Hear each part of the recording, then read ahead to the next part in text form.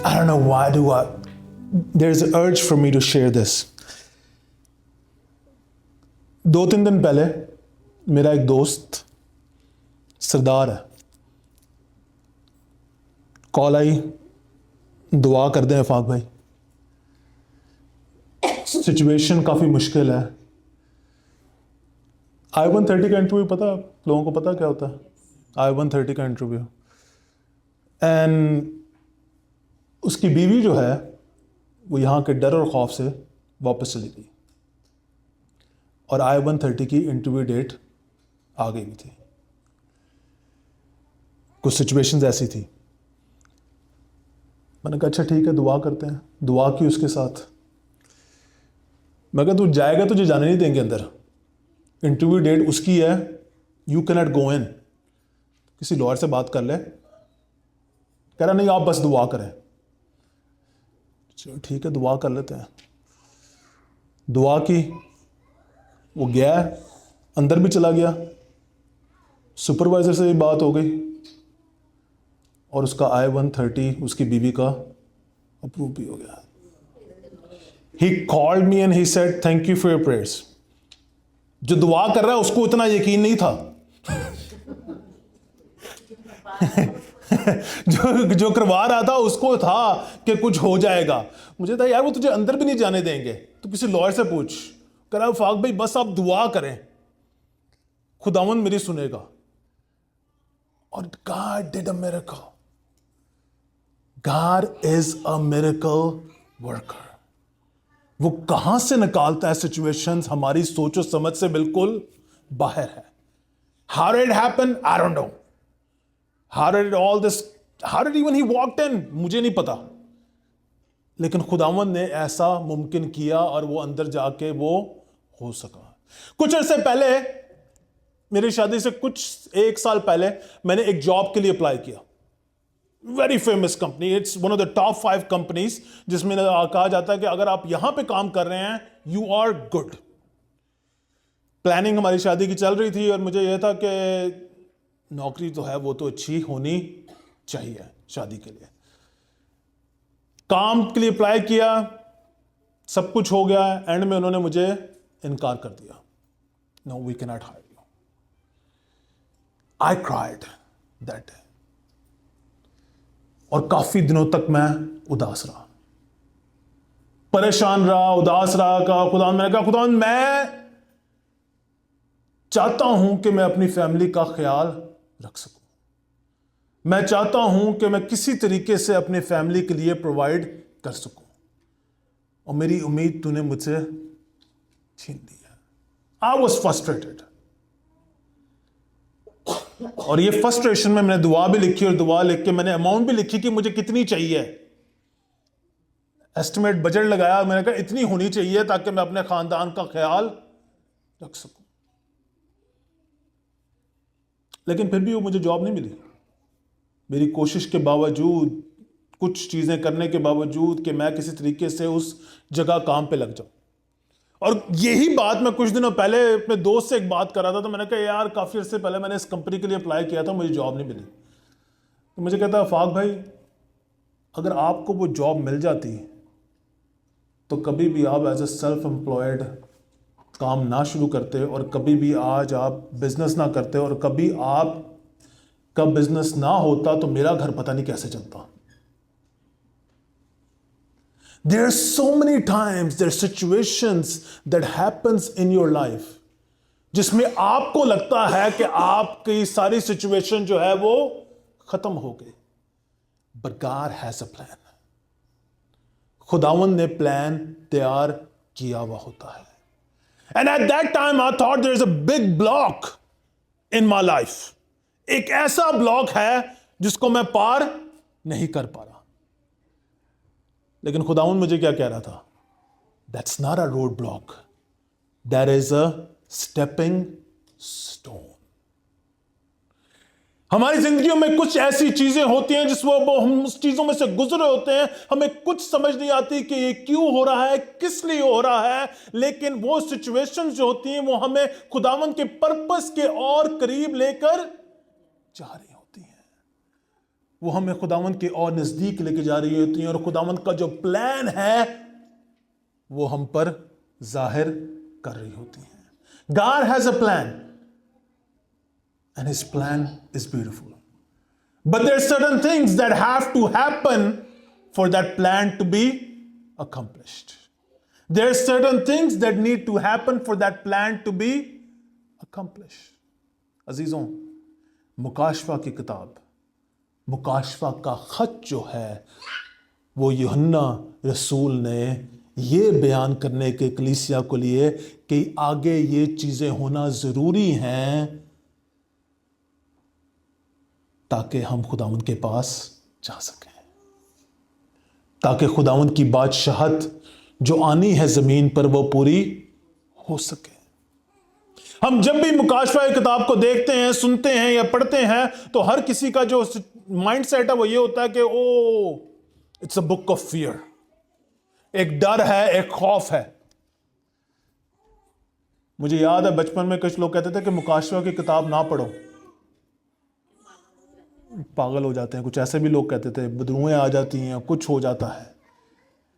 लेकिन जब मैंने यंग एज में आके पढ़ी तो ऐसा कुछ नहीं हुआ. खुदावंद का कलाम बयान करता है कि जो इस किताब को पढ़ता है वो मुबारक है. Blessed are the one who reads this book, blessed are the one who hears this book, and blessed are the one who follow, जो इस पर अमल करते हैं वो मुबारक है.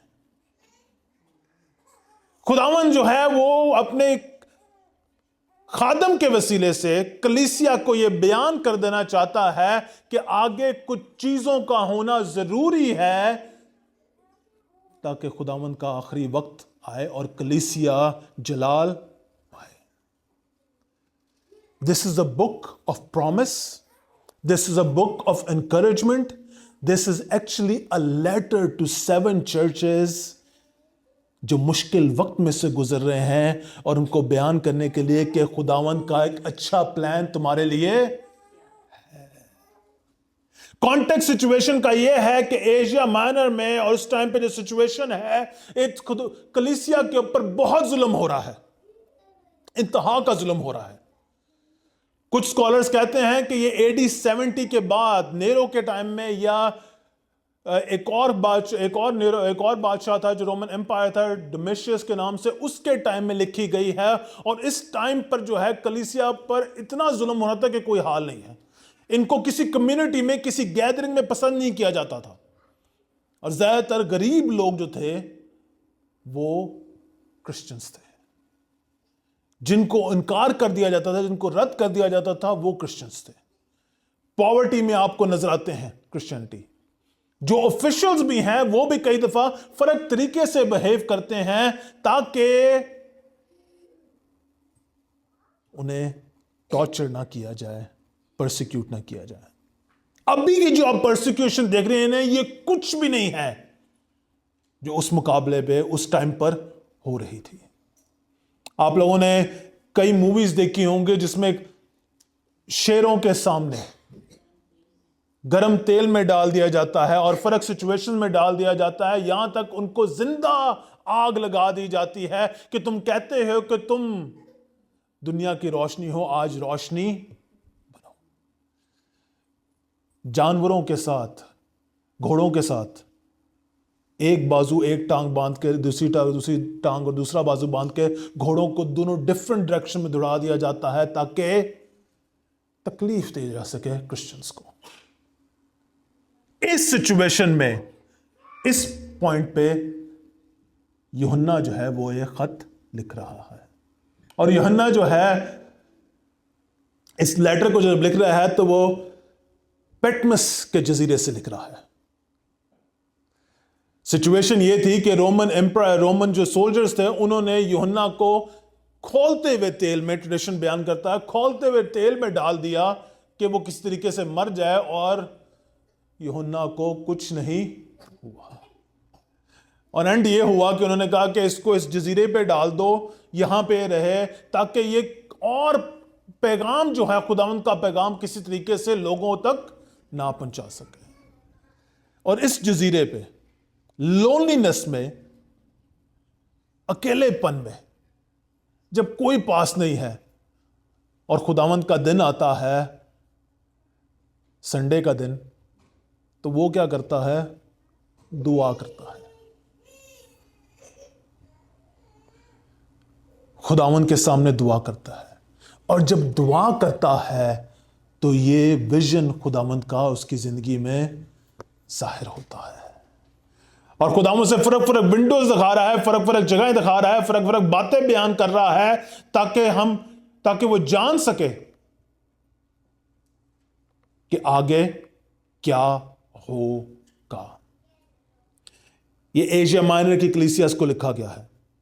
यीशु मसीह का मुकाशवा जो उस खुदा की तरफ से इसलिए हुआ कि अपने बंदों को वो बातें दिखाए जिनका जल्द होना जरूर है, जिनका जल्द होना जरूर है। और उसने अपने फरिश्ते को भेजकर उसकी मार्फत उन्हें अपने बंदे यूहन्ना पर जाहिर किया। उसने अपने बंदे यूहन्ना पर जाहिर किया। और आगे अगर आप पढ़ें तो आपको ये नजर आता है कि खुदा जो है वो एक वफादार विटनेस है। वो अपने बंदों पर बातें जाहिर करता है, अपने लोगों को बताता है कि आगे क्या होने वाला है। वो अपने बंदों को, अपने लोगों को बिल्कुल उसमें नहीं रखता कि उनको कुछ नहीं पता कि क्या होगा। खुदावंद का कलाम कहता है कि मुश्किल वक्त आएगा, मुश्किल सिचुएशंस आएंगी, कलीसिया के ऊपर, लोगों के ऊपर मुश्किल वक्त आएगा, लेकिन यह वक्त होना जरूरी है ताकि वो जल्द आ सके। He is a witness. वो गवाही दे रहा है। Brothers and sisters, you might be going through a difficult time right now. You might be in a difficult situation right now जहां पे आपको कोई रास्ता नजर नहीं आ रहा, लेकिन खुदावंद का कलाम आपको कह रहा है कि वो आपके साथ है, आप अकेले नहीं हैं। वो वफादार है, वो वफादार खुदावंद है। उसका कलाम आज भी गवाही दे रहा है। खुदावंद यीशु मसीह ने कहा कि मेरे साथ जुल्म हुआ, तुम्हारे साथ भी होगा। I went through difficult times, और तुम भी इस मुश्किल वक्त में से गुजरोगे।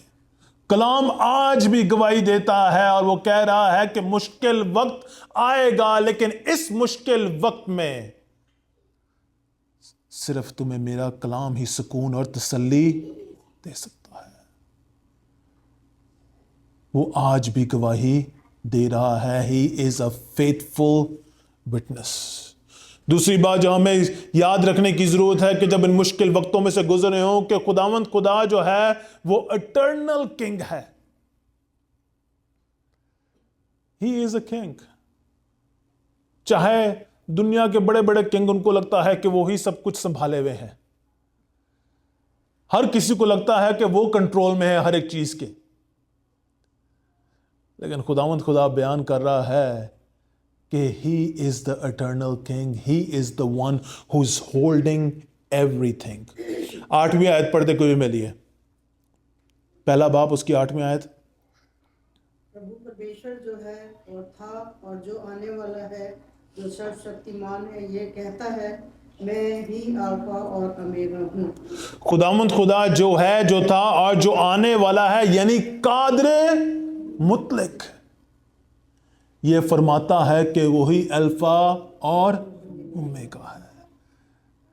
दुनिया के हुक्मरान समझते हैं कि उनके हाथों में सब कुछ है, इंसान समझता है कि उसके हाथों में सब कुछ है, लेकिन खुदावंद का कलाम आपको आपकी मुश्किल वक्त में यह बयान कर रहा है कि सब कुछ मेरे हाथ में है। मैं जानता हूं वक्त मुश्किल है, लेकिन यह होना जरूरी है ताकि आगे जो होगा वो हो सके। और वो क्या है? खुदावंद के साथ वक्त गुजारना उस लेवल पे कि वो आपके आमने सामने है। आप प्रस्तुत कर रहे होंगे खुदावंद की हुजूरी में। There is a millennial rule जिसमें आप खुदावंद के साथ पूरी दुनिया पर हुकूमत करेंगे। There is encouragement after encouragement in the book of Revelation to the church that it's saying that God is in control. Difficult time sometimes is important for us. Difficult time sometimes is necessary for us. लेकिन ये पता किस तरह है?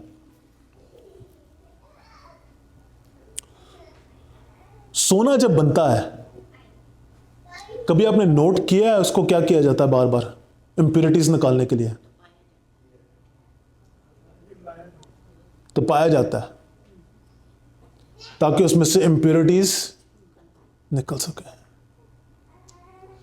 उसको बार बार आग में डाला जाता है, फिर चेक किया जाता है, फिर दोबारा आग में डाला जाता है और आग को और बढ़ाया जाता है। कई दफा मुश्किल वक्त अजीजों इसी तरह है, ताकि हम में से वो इंप्योरिटीज बाहर निकल आ जाएं जो खुदावंद के कलाम के मुताबिक नहीं है, ताकि इंसान जब शीशे में देखे तो उसे मैं नजर ना आए बल्कि खुदावंद यीशु मसीह नजर आए।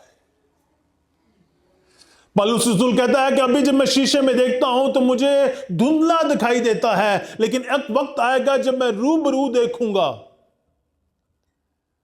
When I will see and I will only see Jesus Christ, not myself.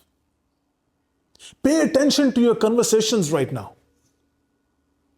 आपकी कन्वर्सेशंस में मैं कितनी है?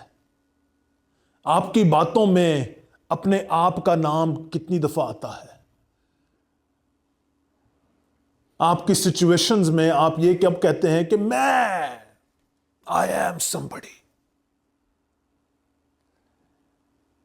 कि आप ये कहते हैं खुदावंद यीशु के वसीले से सब कुछ है, मैं खुद तो कुछ भी नहीं हूं। He is the eternal king. सब कुछ उसके हाथ में है, now and the future. He got the whole world in his hand. उसने सब कुछ संभाला हुआ है, उसे पता है कि क्या हो रहा है, उसकी मर्जी के बगैर कुछ भी नहीं हो सकता। He is a sovereign God.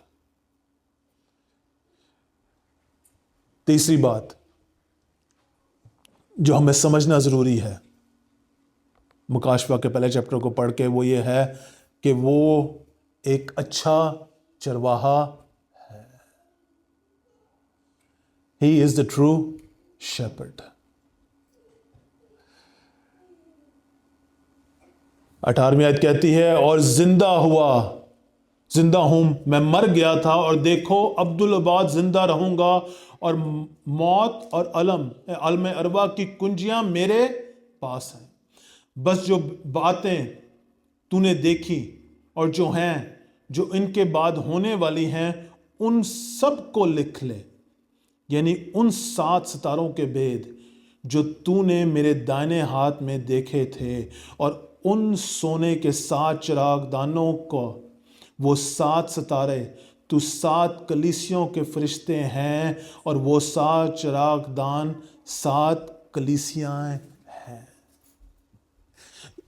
एक यूहन्ना जो एक अमेजिंग सी पिक्चर आपके सामने रखता है कि खुदावंद के सामने जो है वो 7 चिरागदान हैं, लैम्प स्टैंड्स हैं, और उन लैम्प स्टैंड्स के बीच में कौन खड़ा हुआ है? खुदावंद यीशु मसीह खुद खड़ा हुआ है। हम लोग जब कभी कहते हैं तो कहते हैं वो जो चर्च है ना वो उस पादरी का चर्च है, कहते हैं वो चर्च जो है ना वो उस पादरी का चर्च है, वहां पे ना उस पादरी की हुकूमत है। But you know what, all churches belong to Jesus Christ. वो ही अच्छा चरवाहा है, वही सही चरवाहा है, उसे अपनी कलीसियाओं की हर हरकत के बारे में पता है।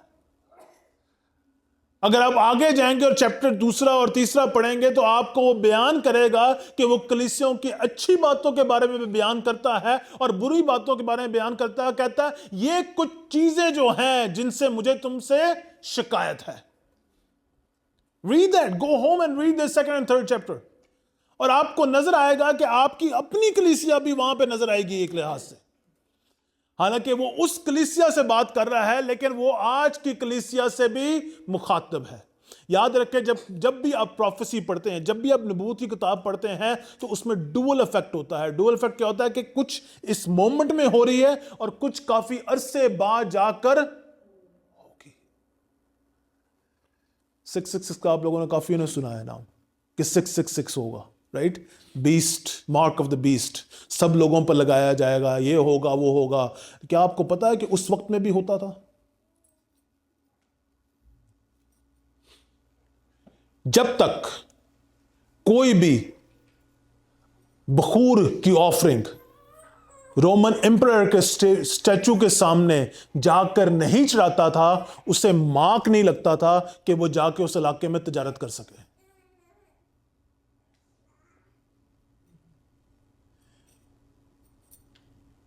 यानी अगर उसने ऑफरिंग नहीं चढ़ाई उस स्टैचू के सामने तो वो तिजारत नहीं कर सकता। तो मार्क ऑफ द बीस्ट के बारे में सब लोगों ने स्टोरी सुनी है। तो क्या कहते हैं कि जी आपका खाना पीना बंद हो जाएगा अगर मार्क ऑफ द बीस्ट नहीं लगाया। यही है ना? और 666 की कई लोगों ने कई ट्रांसलेशन की हैं जी। ग्रीक में ये है तो ये इस बंदे के नाम के साथ मिलता है। कई लोगों ने इसकी बात की है, लेकिन 666 की अगर नेरो के नाम की जाए नंबरोलॉजी, तो उसमें आपको नेरो के नाम के साथ भी 666 लिखा हुआ इक्विलेट होता है।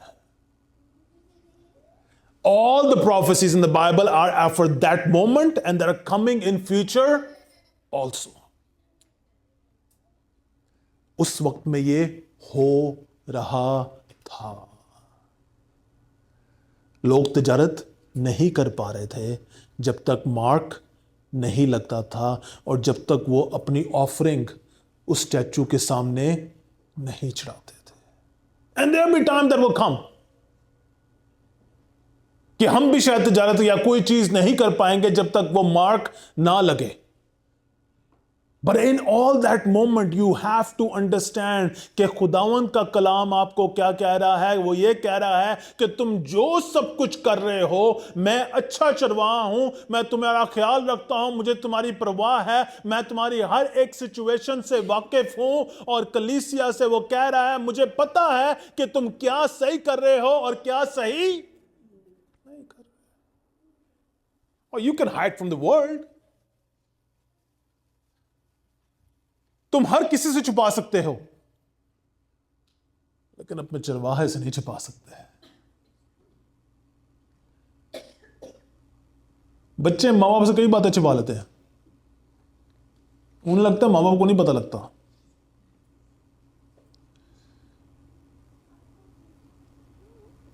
मेरी बेटी की आवाज ना आ रही हो ना घर में, तो मेरी वाइफ कहती है वो कुछ कर रही है। There is something not right. खामोशी हो गई है काफी। मैं अपनी बेटी के चेहरे पे देखता हूं, मैं उसे कहता हूं तेरा चेहरा मुझे बता रहा है कि तूने कुछ गलत किया। No, it's not. अच्छा चरवाहा, a good father knows their child. वो जानता है और वो आपको मौके फराहम कर रहा है, टेलिंग यू रिपेंट। मैं वो चरवाहा नहीं हूं जो तुम्हारी परवाह नहीं करता। मैं वो नहीं हूं खुदा यीशु मसीह कह रहा है जिसने ऑर्डर दिए और कहा कि बस ये हो जाना चाहिए एंड दैट्स इट। लेकिन खुदावंद वो चरवाहा है जो बर्रे की तरह आसमान से जमीन पर आ गया और आपके लिए अपनी जान दी ताकि आप नजात पाए।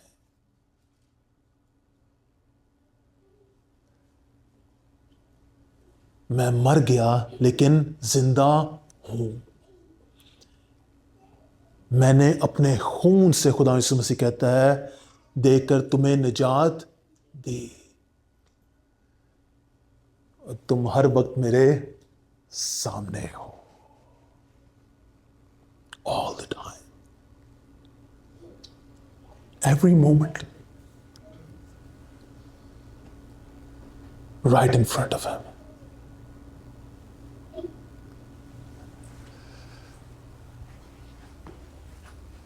इन कंक्लूजन, खुदा उनका कलाम कहता है, 17वीं आयत को भी पढ़ दे मेरे लिए। जब मैंने उसे देखा तो उसके पांव में मुर्दा सा गिर पड़ा, और उसने ये कहा कि मुझ पर अपना दाहिना हाथ रख कि खौफ ना कर। मैं अव्वल और आखिर और जिंदा हूँ। मैं मर गया था और देख अब्दुल अब्बाद जिंदा रहूंगा, और मौत और आने वक्त की कुंजियां मेरे पास हैं। बस जो बातें तुमने देखी और जो हैं और जो उनके बाद होने वाली हैं, उन सब को लिख लो। डर मत, खौफ ना कर, आलम अरबा की कुंजियां मेरे हाथों में। Do not be afraid, do not be scared. अच्छा, खौफ एक ऐसी चीज है ना, इट कम्स लाइक दिस।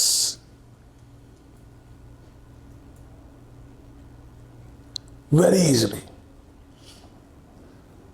आप कोई न्यूज सुनते हैं, कोई कुछ सुनते हैं, दिल थोड़ा सा हिलता और परेशान होता है। Then what you do?